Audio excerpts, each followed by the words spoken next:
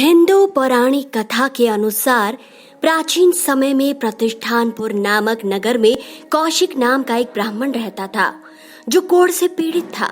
उसकी बीमारी के चलते उसके सभी रिश्तेदार उसे छोड़कर चले गए, लेकिन उसकी पत्नी शैव्या उसे देवता के समान ही पूजती थी। कौशिक बड़ा ही क्रोधी और अहंकारी स्वभाव का था। वह शैव्या का अपमान करता, लेकिन शैव्या उफ न करती। एक दिन कौशिक ने शैव्या से कहा, कुछ दिन पहले मैंने यहाँ एक सुंदर वैश्या को जाते देखा था, क्या तुम मुझे उसके पास ले चलोगी? यह सुनकर शैव्या को ना ही कोई ईर्ष्या हुई और ना ही क्रोध आया, बल्कि वह पहले खुद उस वैश्या के घर गई। वैश्या ने उससे कहा, आधी रात को अपने पति को मेरे घर ले आना। यह सुनकर शैव्या अपने घर लौट आई। अपने पति की इच्छा पूरी करने के लिए रात के समय पति को कंधे पर उठाकर शैव्या वैश्या के घर की ओर चल पड़ी। तब उसने रास्ते में देखा, मार्ग में एक सूली थी जिस पर चोरी के संदेह में मांडव ऋषि को चढ़ा दिया गया था। हालांकि ऋषि अपनी मंत्र शक्ति से बच सकते थे, लेकिन वह बचपन में चींटियों को कांटे चुभोया करते थे। वह जानते थे यह दंड उसी अपराध का फल है।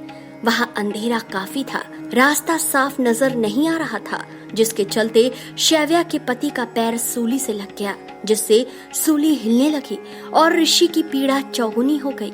ऋषि ने शाप दिया, जिसने भी इस सूली को हिलाया सूर्य उदय होने से पहले ही उसकी मृत्यु हो जाए। तब शैव्या ने प्रार्थना की, हे ऋषि, मेरे पति का पैर अनजाने में आपकी सूली से टकरा गया है, कृपया शाप वापस ले लीजिए।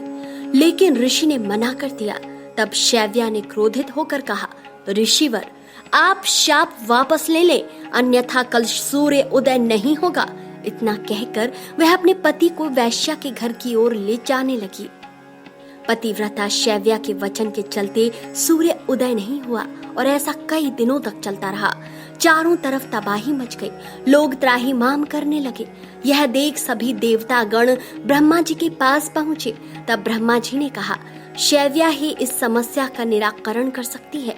ब्रह्मा जी पतिव्रता नारी शैव्या के पास पहुँचे। शैव्या ने ब्रह्मा जी को बताया कि हे ब्रह्मदेव, अगर सूर्य उदय हुआ तो मेरे पति की मृत्यु हो जाएगी।